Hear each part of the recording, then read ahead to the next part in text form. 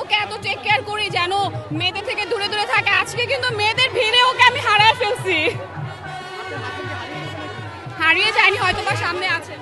অবশ্যই আমি আমার হাজবেন্ডের সাথে এসেছি অলরেডি। কোথায় সে? আপনারা গরম হয়ে গেছেন, আপনাদের একটু বাতাস দরকার নাকি?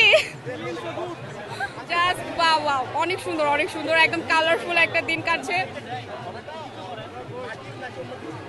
অবশ্যই মাটির এত গরম হয়েছে, এখন একটু পরে পানি রাখবো, তারপর ঠান্ডা পানি খাবো।